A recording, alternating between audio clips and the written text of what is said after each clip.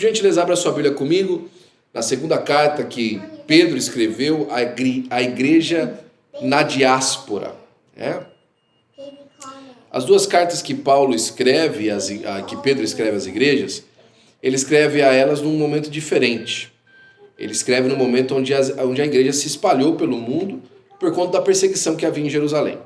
Então entenda isso. A igreja, depois da perseguição em Jerusalém, quando começa a perseguição em Jerusalém, ainda há um tempo antes da própria destruição do templo em Jerusalém pelos romanos, ela começa a se espalhar em todos os lugares onde havia assentamento judaico. E começa a fazer o propósito pelo qual ela foi unida, né? Parece que no início do evangelho, a gente vai perceber isso, a igreja tentou ficar junta, lá em Jerusalém. Eles talvez pensavam que Jerusalém ia ser um polo evangelístico, ou um polo de adoração já naquele tempo. Porque já naquele tempo, eles esperavam Jesus para aqueles dias, né?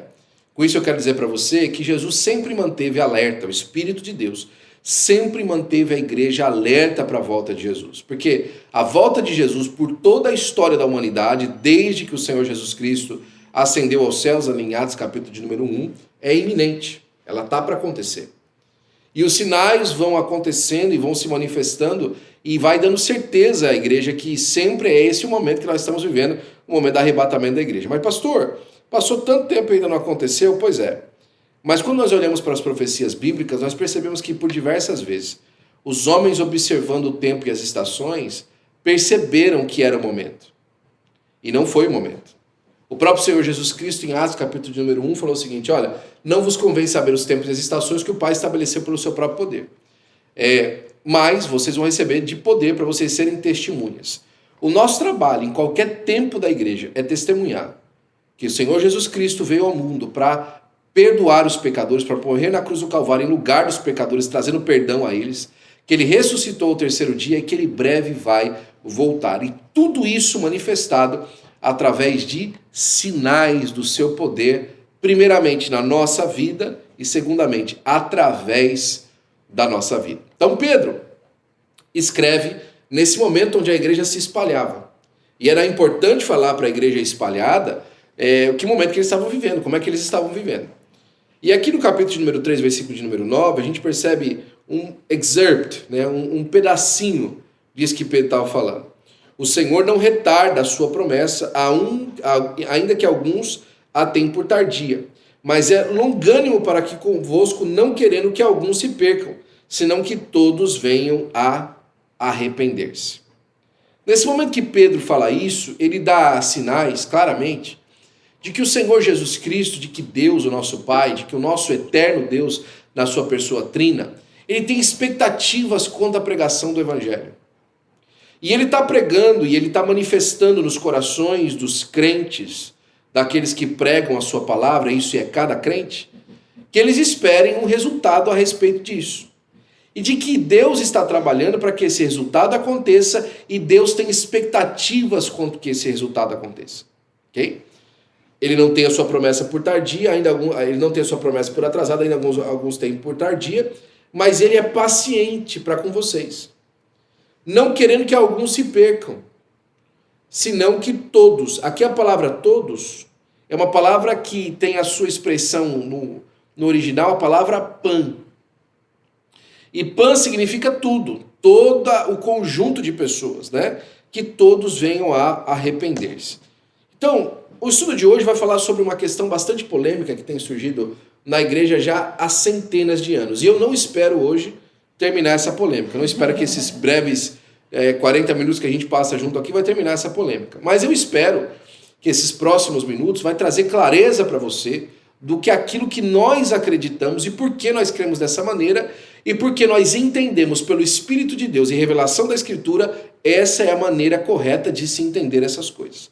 Ok? Então sim, nós clamamos para nós, mediante ao ensino da palavra de Deus e a interpretação bíblica de maneira fidedigna, de maneira fiel, que essa é a melhor maneira de compreender esses mecanismos teológicos que estão por detrás da fé cristã e que dizem muito a respeito, ou manifestam muito a respeito, daquilo que as pessoas creem no dia a dia ou daquilo que elas aceitam como verdade para manifestar a sua fé no dia a dia. Porque entenda, tudo que nós fazemos na nossa vida, absolutamente tudo que nós fazemos na nossa vida, é baseado nos valores centrais que nós temos manifestados na nossa vida. Você não age, ainda que de maneira inconsciente, ainda que por um reflexo, você não age ou não procura agir contrário aos seus valores. E quando alguma coisa sai que é contrário aos valores que você quer ter, você rapidamente fala, isso aqui está errado.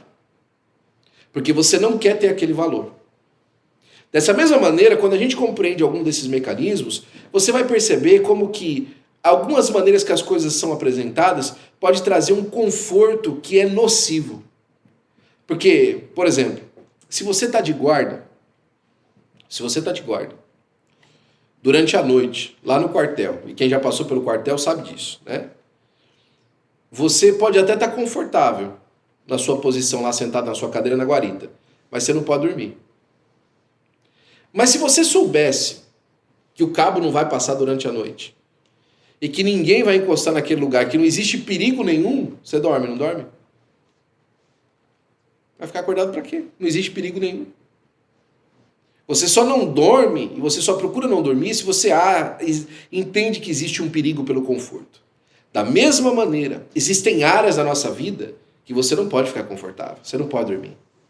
Você tem que ficar atento, você tem que ficar vigilante, você tem que ficar perseverante para a glória do nome do Senhor Jesus Cristo. Então, hoje nós vamos apresentar esse debate para a glória de Deus entre o calvinismo e o arminianismo, né? Eu quero ser breve aqui na nossa introdução, esse estudo muito bem elaborado pelo nosso querido pastor Gabriel Gibara, o nosso pastor da congregação de Weston, que foi recentemente iniciada ali no sul da Flórida, pertinho de Miami, um lugar lindo que Deus preparou ali para que a nossa igreja esteja também em Weston, ele, a sua família, a irmã Ivana, os seus filhos, né? E que tem sido uma bênção. 2 Timóteo capítulo 2, versículo 15, diz a palavra de Deus que a gente precisa se apresentar aprovado diante de Deus, né?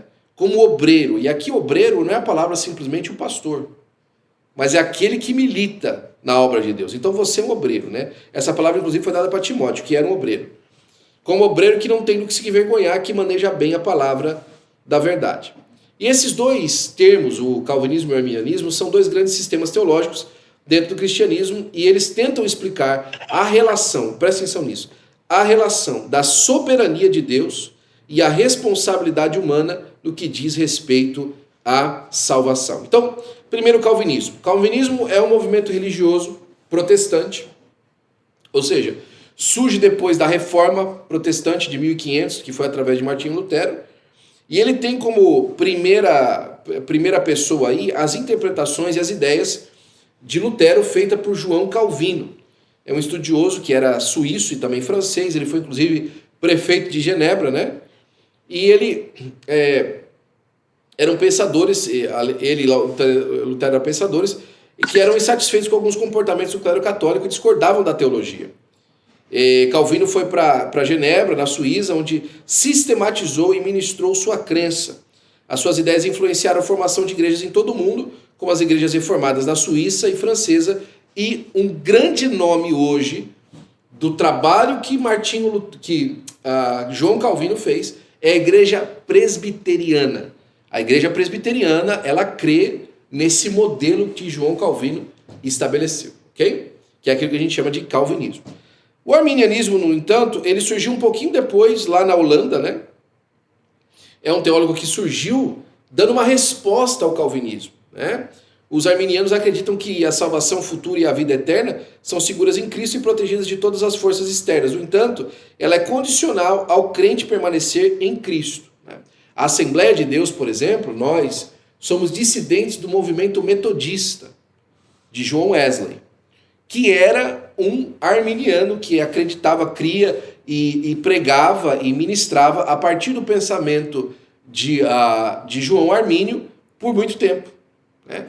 Então todo mundo tinha nome de João, né? João Calvino, João Armínio e João Wesley. Acho que é Jacó Armínio, desculpe, né? Jacob Armínio, se eu não me engano. É isso mesmo? Acho que deve estar aqui no nosso estudo. É mesmo, Jacobus, né? Jacobus Armínio. Então, todos esses homens, eles tinham essas crenças e elas dão vazão a movimentos. A Assembleia de Deus, que é descendente dos metodistas, os batistas e os pentecostais, tem essa ideia baseada daquilo que Armínio pregou. E por que isso é um problema, de que algum creia de uma maneira e outro creia de outra, né? É aquilo que a gente estava falando agora há pouco. Esses valores vão designar e manifestar a maneira como nós andamos nossa vida e como nós cremos nas coisas. A primeira coisa, 5 pontos doutrinários e os seus contrastes. Vejamos os principais pontos doutrinários do calvinismo e do arminianismo e alguns exemplos dos textos bíblicos que utilizam para suas fundamentações. A primeira coisa é a depravação total. Tanto os calvinistas quanto os arminianos creem na depravação total, né? Que é a suprema soberania de Deus, os seres humanos são completamente pecaminosos e incapazes de buscar a Deus. Até aí nós entendemos da mesma maneira, né? Segundo essa ideia, o homem sempre optará pelo mal e por essa razão ele precisa de uma intervenção de Deus para escolher o bem, ok? Não há um justo, nenhum sequer, Romanos 3, e vos justificou, estando mortos os vossos ofensas e pecados, Efésios 1. Mas, homem, quem és tu que Deus replica? A resposta apologética arminiana, no entanto, ela vai falar do livre-arbítrio do homem. Porque é o seguinte, os calvinistas não creem em livre-arbítrio. Eles creem em livre agência. E livre agência é diferente de livre-arbítrio. Eles acreditam que, por exemplo, né, vou dar um exemplo para vocês que eu entendi uma vez para explicar isso, como se a gente fosse um banco, tá bom? Então, imagina que você é um banco do Bank of America. Você é uma agência do Bank of America. E você é o gerente dessa agência. Dentro da sua agência, você pode escolher os funcionários que vão trabalhar, você pode escolher o tanto de dinheiro que você vai ter no cofre, algumas políticas de locais dentro da agência, né? Você tem possibilidade de fazer tudo que você quiser lá dentro. Só que você nunca vai poder escolher não ser um Bank of America. Porque essa é a sua bandeira. Você não pode trocar de bandeira, você é uma agência de banco. Você nunca vai poder optar por ser, por exemplo, um Chase um dia. Você é um Bank of America. Você está predestinado a ser um Bank of America. O dia que você deixar de ser Bank of America, você fecha, mas você não deixa de ser Bank of America. Esse é o calvinismo. Como é que é o arminianismo? O arminianismo é o seguinte, você é Chase. Mais um dia, o dono do Bank of America entrou lá na sua agência. E ele mostrou para você que é muito mais vantagem você ser Bank of America. E aí você olhou os números e você nunca foi atrás, você nunca procurou ser Bank of America. Você nunca quis ser Bank of America, mas o dono do Chase decidiu entrar na sua agência.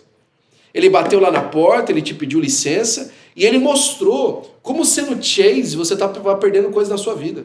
Como sendo um banco do Chase você estava perdendo oportunidades. Porque no Bank of America, que é vermelho, que tem a cor do sangue, né? Você podia ter muito melhor opção de vida. Então você renunciou de ser Chase e aceitou ser Bank of America. E aí você trocou de bandeira, porque você tem livre arbítrio. Você controla a vontade sobre as suas coisas e sobre quem você é. Você pode tomar decisões sobre o rumo da sua vida. Deus lhe permite fazer isso. Mas você jamais teria tomado rumo à sua vida se você não tivesse sido influenciado pelo Senhor Jesus Cristo. Glória a Deus. Pelo Espírito de Deus vindo no seu coração. Só que agora que o livre-arbítrio também ele fala isso. Agora que você é Bank of America, você sempre vai continuar sendo tentado pelo Chase, para voltar para ser Chase. Porque você começou sendo Chase e o Chase, ele não gosta que você foi embora. Ele quer fazer você voltar a ser Chase. E ele vai ficar insistindo. E pode ser que se você não tomar cuidado, que você não guardar a sua fidelidade ao Bank of America, você volte a ser Bank of America. Entende o que eu estou dizendo? Você entendeu esse enredo para expressar para você a diferença entre livre-arbítrio e livre-agência? Nós não temos livre-agência. Porque qual que é o problema da livre-agência? Eu vou te explicar. O problema do calvinismo é o seguinte. Já que nós somos predestinados a ser aquilo que Deus nos chamou para ser, nós somos também predestinados, ou seja, se nós somos predestinados para a salvação, nós também fomos predestinados para a perdição. E a palavra de Deus não deixa a gente crer em um Deus que criou um homem para ser perdido, para ser enviado ao inferno. Ainda que Deus conheça o destino de todos os homens, a Bíblia é clara que o homem decide a respeito do seu destino. E a gente vai ver isso mais para frente. Amém? E aí que a gente entra nessa segunda característica sobre o entendimento dos calvinistas, a questão da eleição. Eles falam que a eleição é incondicional, não existe condições para a eleição de Deus quanto aos homens. Deus escolhe quem ele quer salvar, independentemente da fé. Isso aqui é complicado demais, né? O que significa dizer a respeito disso, que os calvinistas, eles acreditam o seguinte, que hoje a pessoa está lá na rua, ela está usando droga, ela está se prostituindo, ela está andando longe do Senhor, mas ela já está salva, porque Deus a predestinou ela para ser salva. E em algum momento ela vai chegar à igreja e vai ser salva. Eles creem nisso, né? Só que em contrapartida, que você que está dentro da igreja aqui servindo a Deus, andando nos caminhos do Senhor, procurando ser fiel a Deus, você não foi eleito para salvação. Então isso significa que em algum momento você vai sair lá para fora e você não vai ser salvo. Porque Deus já te rejeitou, desde o princípio, né? Esse é um problema, não é? Onde Deus elege aqueles que vão ser salvos e aqueles que vão ser para sempre eliminados. Agora, entenda isso. Nessa questão da eleição, está dizendo que Deus elegeu incondicionalmente. Então não depende das suas decisões, depende apenas da decisão de Deus. Isso significa dizer que Deus ele não se importa, ou ele não tem importância nenhuma em quem nós somos. Porque ele nos fez seres, obrigado meu amigo, ele nos fez seres que não têm absolutamente nenhum valor do ponto de vista de individualidade. E a Bíblia não demonstra isso. A Bíblia não mostra isso. A Bíblia nos mostra que Deus dá importância à nossa individualidade, né? Como, por exemplo, quando ele fala que ele nos chama pelo nome. A cada um de nós. A gente vai ver alguns textos a respeito disso, né? Os textos bíblicos que eles usam para isso, que os calvinistas usam para isso, diz assim, como também nos elegeu nele antes da fundação do mundo, João 10, 26, mas vós não credes porque não sois das minhas ovelhas. Olha lá. Vocês não estão me crendo porque vocês não são minhas ovelhas. Qual que é a resposta do arminianismo? Que a eleição é condicional. Ela está baseada no pré-conhecimento de Deus em relação àquele que deve crer. Em outras palavras, o ato de fé por parte do homem é a condição para ser eleito para a vida eterna. Uma vez que Deus previu que ele exerceria livremente a sua vontade num ato de decisão positiva para com Cristo. Ou seja, não somos salvos porque fomos feitos eleitos. Somos eleitos porque fomos salvos. Isso é, porque entregamos a nossa vida a Cristo. Olha os textos que dão base a isso. 2 Pedro 3,9. Não querendo que alguns se percam, senão que todos venham a arrepender-se. Ou seja, o momento da salvação, o momento da transferência para estar entre os eleitos é justamente o arrependimento na pessoa do Senhor Jesus Cristo. Porque isso é bom e agradável diante de Deus, que quer que todos os homens se salvem e cheguem ao conhecimento da verdade. Ou seja, a vontade de Deus, a expressão e a manifestação de Deus na sua pessoa, o querer de Deus, é que todo homem se salve. Aí a gente vai entrar em uma outra linha que eu só vou pincelar aqui para você, para a gente voltar. Com essas expressões de que todo homem se salve, surgiu uma outra teologia aí, que é menos aceita hoje e extremamente combatida, tanto por calvinistas quanto por arminianos, que é o universalismo. Que como a Bíblia está dizendo que Deus quer que todos os homens se salvem, então todos os homens vão se salvar. Porque nada pode ir contra o querer de Deus. Mas esse aqui é um querer de Deus condicional. Condicionado ao quê? Ao livre-arbítrio humano. Entende? Agora, só para você saber, o universalismo surge do calvinismo. Porque como a eleição de Deus é incondicional, quando você combate com esses textos, você fica em problema, porque você não consegue resolver. Você só consegue resolver de uma forma. Se então Deus vai salvar todo mundo. E se Deus vai salvar todo mundo, para que Jesus morreu na cruz do Calvário? Qual que é a motivação disso? Não era muito bem mais fácil Deus simplesmente salvar todo mundo e acabou? Precisa haver um sacrifício e uma expiação. E aí entra na questão da expiação. Os calvinistas creem que a expiação é limitada de Cristo, ou seja, que Jesus só morreu por aqueles que acreditam nele.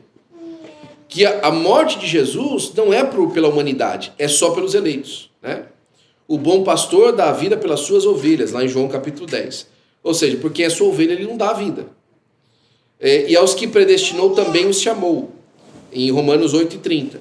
Cristo amou a igreja e a si mesmo e se entregou por ela. Ou seja, ele só se entregou pela igreja, pelos chamados, mas não por todos. né? Qual que é a resposta do arminianismo quanto a isso? Aquilo que nós cremos. Que a expiação é universal. Jesus morreu por todos os homens. Aqueles que são salvos, eles tomam posse da expiação. Mas a expiação foi feita por todos. Textos bíblicos. João 2:2. Ele é a apropriação pelos pecados, não somente pelos nossos, mas também de todo o mundo. Ele morreu por todos, para que os que vivem não vivam mais para si, mas por aqueles que morreu e ressuscitou. Ou seja, ele morreu por todos, para que aqueles que vivem não vivem mais por si, né?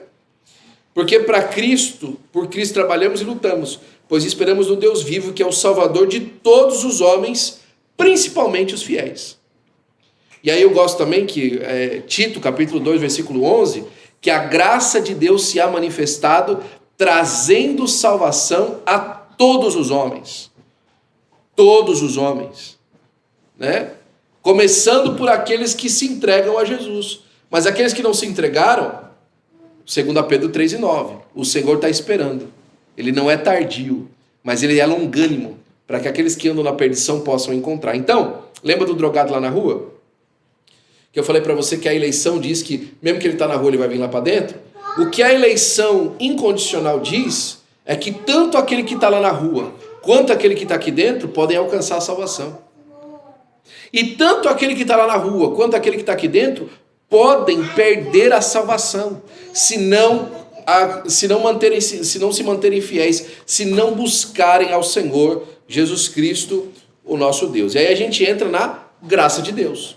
Porque a graça de Deus é o favor imerecido que alcança aquele que está fora e alcança aquele que está aqui dentro também. A graça de Deus é o maior exemplo de por que nós precisamos ser humildes. A graça de Deus é a maior manifestação da nossa incompletude. A graça de Deus é a maior manifestação da nossa falta. A graça de Deus é a maior manifestação de que nós não podemos. A graça de Deus é a maior manifestação de que nós não chegamos. Mas a graça de Deus em tudo isso que expõe o nosso erro é a maior manifestação de que Deus é eternamente bom e eternamente longânimo e eternamente amoroso. Porque a graça de Deus é o favor imerecido, é a entrega do Senhor nosso Deus para a salvação dos homens, né? Nos calvinistas, eles dizem que a graça de Deus ela é irresistível. Que uma vez que você foi alcançado pela graça de Deus, você não pode resistir. Você não consegue resistir à graça de Deus. Porque ela é irresistível. Desde que seja chamado por Deus, ninguém pode negar o seu chamado, porque ele é irresistível. João 6,37, tudo que o Pai me dá virá a mim. Essa é a expressão dos calvinistas. Porque Deus é bom e opera em vós, tanto no querer quanto no efetuar. Efésios 2, 8 e 9. Porque pela graça sois salvos por meio da fé. E qual que é a manifestação, então, do pensamento arminiano por isso? É que a graça de Deus é irresistível. Deus quer que todos os homens se salvem, mas, mediante as nossas decisões, nós podemos alcançar a salvação ou não. Deus quer que todos os homens se salvem, mas mediante a nossa maneira de interpretar aquilo que Deus nos deu através da pessoa de Jesus, nós podemos perder a salvação ou não alcançar a nossa graça, porque ela é irresistível. Textos bíblicos, Hebreus 4 e 7. Hoje, se ouvirdes a sua voz, não endureçais o vosso coração. Toma uma boa decisão. Mateus 23 e 37. Quantas vezes quis ajuntar os teus filhos? Jesus falando sobre Jerusalém. Mas falando assim, mas tu não quisestes. O livre-arbítrio de Israel, inclusive. Deus manteve a sua eleição por Israel, mas quanto dos eleitos de Israel caíram na perdição? Quantos dos eleitos de Israel foram rejeitados por Deus? Mesmo estando vivendo na nação da promessa. Porque a graça de Deus, ela é resistível. A única coisa que não é resistível, que a palavra de Deus fala, é aquilo que Davi fala nos Salmos, que é um coração quebrantado e contrido. Não rejeitará o Senhor. Há um coração quebrantado e contrito. Não rejeitará o Senhor. O Senhor vai alcançar aquele que se entrega de alma, de coração, né? Atos capítulo 7, 51. homens de dura cerviz e incircuncisos de coração e ouvido, vós sempre resistis ao Espírito Santo. Olha só, Pedro falando, né? Se eu não me engano aqui, acho que não é nem Pedro aqui, é o Estevão falando. Homens de dura cerviz, vocês sempre resistem ao Espírito Santo. Falando da resistência quanto à questão da graça de Deus. Aí a garantia, e a gente chega na última parte, que é a garantia da salvação. São 5 aspectos, são 5 colunas do calvinismo. E aqui nós estamos indo uma por uma. E a última coluna do calvinismo é a garantia da salvação, que é chamada por eles da perseverança dos santos, né? Quando o ser humano aceita o chamado de Deus, ele assume a sua fé para sempre, e não significa que não lidará com dificuldades, mas o escolhido conseguirá perseverar. Em outras palavras, para o calvinista, a salvação não se perde. Olha que coisa extraordinária. O texto bíblico: as minhas ovelhas ouvem a minha voz, quem nos separará do amor de Cristo? Que aquele que vos começou a boa obra aperfeiçoará até o dia do Senhor Jesus Cristo. Filipenses 1:6. E aqui a gente começa a entrar no problema. O problema final, né? O problema de objetivo. Porque tudo que a gente andou até agora é para chegar no objetivo final, que é a salvação da nossa alma, o motivo pelo qual o Senhor Jesus Cristo morreu. E para justificar a garantia da salvação, eles criaram todo esse sistema por detrás, para garantir esse objetivo. Agora, qual que é o problema? Vou te dar alguns enredos aqui. Isso significa que uma pessoa, por exemplo, que aceitou a Jesus e alcançou Jesus aqui na igreja que aceita o calvinismo, né? Não importa o que ela faça, ela é uma eleita. E mesmo que ela for uma pessoa que rouba, que mata, que faz maldade, ou que vive uma vida devassa, por conta da eleição eterna da salvação, ela vai ser salva. Ela vai perseverar, a perseverança dos santos. E a perseverança dos santos, por diversas vezes, ela não é escolhida dessa maneira que a gente acha, né? Que aquele que é santo, ele vai perseverar na santidade, no caminho do Senhor, né? E essa perseverança que a gente vê, eles acham que a pessoa só vai alcançar para sempre. Uma vez salvo para sempre, né? E não importa o que ela faça.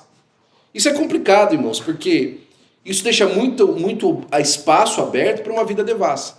Eu vou dizer para você, pode procurar quais são as igrejas hoje do protestantismo, que vem dessa direção da reforma e do protestantismo, que aceitam a conduta LGBT. Vai lá dar uma olhada. Vai lá dar uma olhada para você ver quais são os métodos e a maneira que eles creem nessa sistemática da salvação. São calvinistas. Porque entenda isso. Se Deus opera em nós, tanto querer quanto realizar, segue a minha lógica. Se tudo que acontece na minha vida é porque eu estou perseverando para a salvação, se a graça de Deus na minha vida é irresistível, ou seja, se eu estou completamente todo ligado na minha mente e eu sou predestinado para tudo que eu faço, se eu não tenho, inclusive, autoridade sobre as minhas ações, porque eu fui criado exatamente do que Deus quer e eu não tomo decisões absolutas sobre a minha vida. Quem toma decisões é Deus no meu lugar. Se eu sou assim, o fato hoje de eu ter uma disposição sexual para um lado ou para o outro, foi vontade de Deus também. Entende onde o problema começa agora a aparecer? Significa que se eu sou um mentiroso quanto mais, Deus já sabia disso. Deus já me fez assim. Se eu sou uma pessoa adúltera, se eu sou uma pessoa que não cumpre com os compromissos, e eu sou salvo, Deus me fez assim. Inclusive o contrário também. Se eu sou uma pessoa nas drogas, se eu sou uma pessoa longe do Senhor, é porque Deus me fez assim. Deus me fez para ser um drogado. Deus me fez para ser um amaldiçoado. Gente, isso não cabe no caráter de Deus. O problema é o seguinte, que o calvinismo vai falar para você, eu não estou falando isso, mas em atitude é isso que a teologia está dizendo. Já vou chegar no momento por que a gente está ouvindo isso aqui, tá bom? Textos bíblicos que falam contra isso, né? Porquanto, se depois de terem escapado das corrupções do mundo pelo conhecimento do Senhor Salvador Jesus Cristo, forem outra vez envolvidos nelas e vencidos, ou seja, se vocês saíram da sujeira do mundo e voltaram para elas, tornou-se-lhe o último estado pior do que o primeiro. O que aconteceu? Que agora eu estou longe do Senhor, conhecendo a salvação. O que isso aconteceu? Eu perdi a salvação. Mateus 12, 31 ao 32. Porquanto eu vos digo, todo pecado de blasfêmia se perdoará aos homens, mas blasfêmia contra o Espírito Santo não será perdoado aos homens, né? Depois de ter experimentado as coisas do Senhor. Hebreus capítulo 6, versículo 6. Depois de ter experimentado as coisas do Senhor e os dons da vida futura, voltarem de novo a blasfemar contra Deus, é impossível que sejam renovados para o arrependimento. Blasfêmia contra o Espírito Santo. Mas aquele que perseverar até o fim será salvo. Mateus 24, 13. Apocalipse 3 e 5. O que vencer será vestido de vestes brancas, de vestes de salvação, né? Expostos ainda de forma sucinta os principais pontos teológicos do calvinismo e do arminianismo, vamos a partir de agora analisá-los numa abordagem mais específica no contexto da predestinação.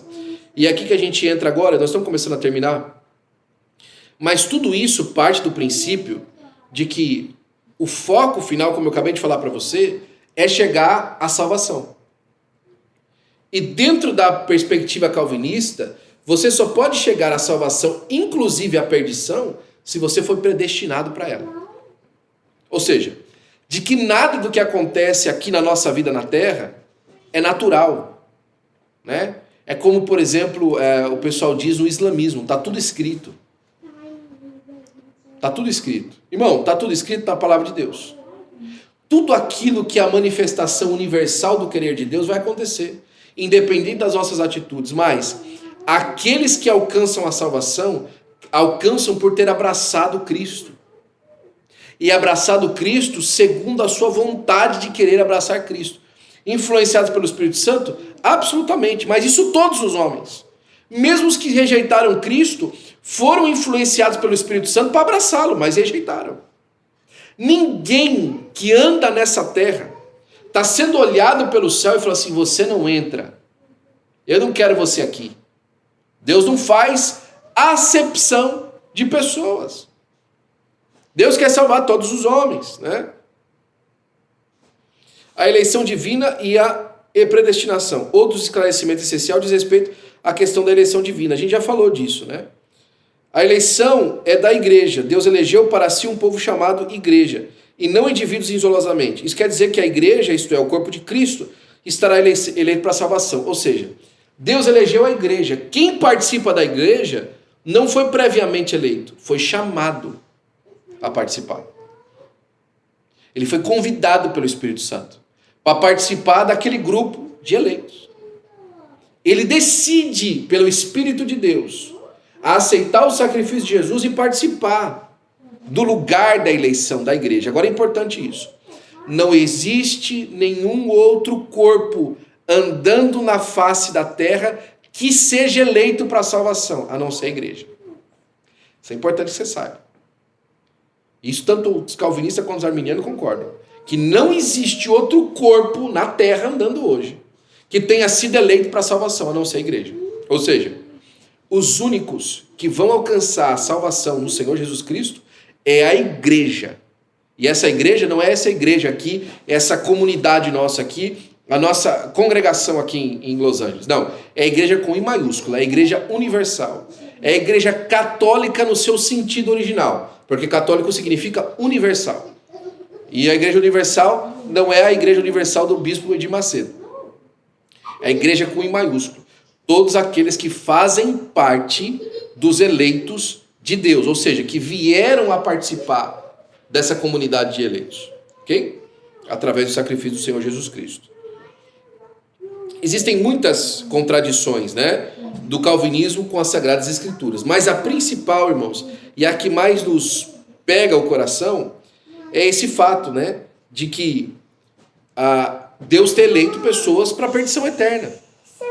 Isso para nós é um problema muito grande, porque isso diz respeito ao caráter de Deus. Isso degrine o caráter de Deus para nós e nos faz dizer até mesmo parar o evangelismo. É por isso, irmãos, olha só. Isso eu estava em aula, tá, na faculdade, e o professor era presbiteriano, era calvinista, né? E ele falou o seguinte, olha, nós, na década de 70, passamos um regimento dentro da nossa igreja, falando para não pregar mais para os irmãos católicos, porque eles também eram irmãos, e também eram salvos da pessoa de Jesus, também tinham sido eleitos para a salvação. Ok? Falou isso na nossa aula. Então passaram. Só que desde então, irmãos, vai ver evangelismo presbiteriano como é que é. Os presbiterianos não fazem evangelismo por quê? Por conta da eleição. Ou seja, se alguém é crente, ele vai aparecer aqui. Porque ele foi eleito. Não precisa evangelizar. Ele vai aparecer aí. De algum jeito ele vai conhecer as coisas e tal, e vai se organizar. Né? Algum tempo atrás eles até fizeram um movimento e tal de evangelismo, etc., mas muito fraco. Por quê? Porque a maioria deles tem a predestinação como o fato maior da sua salvação e não depende deles. Não depende deles evangelizar, deles falar do Senhor Jesus. Né? Percebe a diferença grande que vai aparecer aí? E eu lembro que na aula eu brinquei ainda com o professor e falei assim, professor, olha, nós lá no Brasil, na Assembleia de Deus, até os presbiterianos a gente evangeliza. Né? Porque tudo que não é da Assembleia de Deus, por muito tempo foi assim, né? Hoje já não é mais assim. Mas por muito tempo tudo que não era da Assembleia de Deus não era crente, né? Hoje a gente já não é mais assim, né? A gente já entendeu que tem vários irmãos que também são crentes do Senhor Jesus Cristo e que tem diferença. Inclusive os irmãos presbiterianos, mas que estão fortemente enganados dessa doutrina. Agora, posso falar alguma coisa para você aqui? Por que nós estamos falando isso para você hoje? Porque quando você abre a sua internet hoje, e você vai lá no seu YouTube ouvir mensagem, tem muito pastor que você acha extraordinário, que fala coisas incríveis, e essa parte aqui eu vou cortar do nosso culto que vai para o YouTube, tá? Que são calvinistas. Ok? Pastor Hernandes Dias Lopes é calvinista. Ele crê que as pessoas foram predestinadas para a salvação. Ele crê que as pessoas foram predestinadas para a salvação e as pessoas foram predestinadas para a perdição. E você não sabe como é que ele pensa a seu respeito, se você foi predestinado para a salvação ou para a predestinação. Ou para ficar longe do Senhor. Esse é um. Augustus Nicodemos é calvinista. John MacArthur, aqui na Califórnia, que tem a Bíblia, John MacArthur, etc., é calvinista e faz graça e dá risada dos pentecostais. Você que ama a presença de Deus, ama falar em línguas estranhas, pastor John MacArthur acha que você está enganando os outros, que você não tem nada disso na sua vida, que isso não existe, que isso foi coisa lá para o tempo inicial. Né? E muitos outros pastores que eu podia nomear para você. Ed Renekiewicz é calvinista, né? Não é arminiano. E tantos outros que adotaram essa linha de crença. John Piper, por exemplo, também é calvinista, né? Apesar de na eclesiologia ele crê mais no sentido do arminianismo, no sentido da salvação, ele é, inclusive, neocalvinista. E o neocalvinista é quase o universalista que eu estava falando para você agora há pouco. Então nós estamos cercados desses pregadores que vão falar para nós mensagens que no centro da sua pregação não se coadunam com a realidade da fé. Eles não vão falar para você de manter uma vida de santidade, de uma vida de compromisso com Deus, de uma vida de contínua manifestação, de buscar o Senhor na sua maneira de ser, na sua maneira de andar, na sua maneira de pregar na sua vida, através da sua vida, né? E isso é um problema grande para nós, ok? Nós fomos predestinados, por exemplo, para refletir a Cristo. A igreja do Senhor Jesus Cristo, ela foi predestinada para refletir ao Senhor Jesus Cristo. Tem o texto meu preferido da Bíblia, é Deuteronômio capítulo 32, versículo 10. Achou no ermo deserto, solitária e cercada de uivos. Arrodeou-a, cercou, tratou e estabeleceu, instruiu e estabeleceu, como a menina dos seus olhos. Está falando de Israel, mas também é uma palavra profética à igreja. Agora, você sabe por que a Bíblia chama de menina dos olhos? Olha que coisa linda. A Bíblia chama de menina dos olhos, muita gente acha porque você protege os olhos, né, para ninguém dar um golpe no seu olho. Mas a menina dos olhos é quando você se aproxima tanto de uma pessoa, mas tanto de uma pessoa, que quando você olha dentro dos olhos dela, você consegue ver a sua reflexão. Nós fomos chamados para nos aproximar de Cristo tanto, sendo igreja, predestinados para isso. Entrar na igreja, participar da igreja, é aceitar livremente, é aquilo que Jesus falou, negar-se a si mesmo. Negar-se a si mesmo é um ato de livre-arbítrio, tomar a sua cruz e seguir, seguir de forma que você chegue tão perto do Senhor nosso Deus, que quando você olhe dentro dos olhos de Jesus, ou quando, na verdade, Jesus olha dentro dos nossos olhos como igreja dele, ele possa ver uma imagem refletida nossa. Essa é a motivação.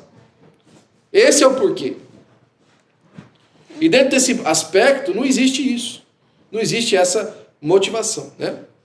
Na palavra de Deus encontramos uma espécie de predestinação pessoal. Não encontramos uma que não se refere ao destino eterno de ninguém, mas somente a chamada de Deus para um serviço do seu reino. Ou seja, as chamadas e as predestinações que nós vemos na Bíblia Sagrada não são para as questões eternas, são para o trabalho terreno. Ou seja, lembra aquilo que Jesus falou para os seus discípulos? Ele falou assim, olha, muitos vão chegar para mim naquele dia e falar assim, Senhor, em teu nome expulsamos demônios, em teu nome fizemos isso, apartai-vos de mim, vós praticais a iniquidade, porque nunca vos conheci. Ele está dizendo de gente que militou na obra, gente inclusive que tinha chamada, porque manifestaram os dons espirituais, mas isso tinha a ver com a conduta dele na terra, a caminhada dele aqui. Mas se ele não fizer um compromisso na sua alma de receber Jesus como seu Salvador e arrepender os seus pecados, ele não vai para o céu. Olha que coisa extraordinária, né? A Bíblia também faz menção sobre a predestinação de Israel como povo, foi eleito para ser nação especial de Deus. Mas, mais uma vez, a predestinação da nação. Através de Abraão, que Jesus falou, que o Senhor Deus falou para ele, Abraão, anda na minha presença e ser perfeito. Abraão só conseguiu alcançar a salvação da sua alma, se a gente pode falar assim, através do compromisso de andar na fé com o Senhor. Olha, o conhecimento da verdade da palavra de Deus, ela é fundamental para nós guiarmos a nossa vida na verdade. Hoje eu estou vacinando você para você entender uma coisa. Você é responsável pelo destino da sua alma. A alma que pecar, esta certamente morrerá. Você é responsável pela decisão que você toma quanto a Jesus. Quanto quem é Jesus. Porque Deus amou o mundo de tal maneira que deu seu Filho unigênito para que todo aquele que nele crê não pereça, mas tenha a vida eterna. Porque Deus deu o seu Filho, não para que o mundo, porque Jesus veio não para que condenasse o mundo, mas para que o mundo fosse salvo por ele. Quem crê nele, ou seja, quem tomar a atitude de livre-arbítrio, de receber a Jesus como seu Salvador, será salvo. Mas quem não receber, já está condenado. Por quê? Porque não creu aqui pessoa, indivíduo, no Filho de Deus. Simples. A nossa manifestação, a nossa fé, ela é sine qua non, sem a qual não. O nosso livre-arbítrio, a nossa manifestação de querer a Jesus é sine qua non, sem a qual não, nós não alcançaremos salvação. É por isso que nesse breve estudo, nós meditamos em alguns pontos rápidos sobre o calvinismo. A gente pode conversar isso mais de uma forma fora desse ambiente, né? A gente pode falar mais a respeito disso. Mas eu queria que você se vacinasse, para que você entendesse que algumas pessoas que você está ouvindo, muitas vezes têm uma manifestação equivocada de algumas partes que são fundamentais na manifestação da nossa fé. Ainda que eles sejam crentes, ainda que a gente crê que pelo livre-arbítrio eles também alcançaram salvação na pessoa bendita do Senhor Jesus Cristo. Agora então, pastor, você está falando para mim, é que se a pessoa acredita no Senhor Jesus Cristo, então é mérito dela crer. Não. Como não, pastor? Foi ela que decidiu. Se você encontra uma pessoa na rua e ela fala assim, você quer $1 milhão? Ela está com uma mala na mão de $1 milhão. Você fala, você quer $1 milhão? Você fala assim, eu quero, e ela te dá. É mérito seu falar que você quis, ou é mérito dela se dispor a te dar $1 milhão? Você só pode aceitar $1 milhão porque primeiro $1 milhão estava disponível para você. É por isso que ninguém pode chegar diante de Deus e falar assim que eu estou aqui porque eu aceitei Jesus. Não, você está aqui porque Jesus se entregou por você. Porque ele se entregou por você, não porque você ia crer, mas porque você era pecador e precisava.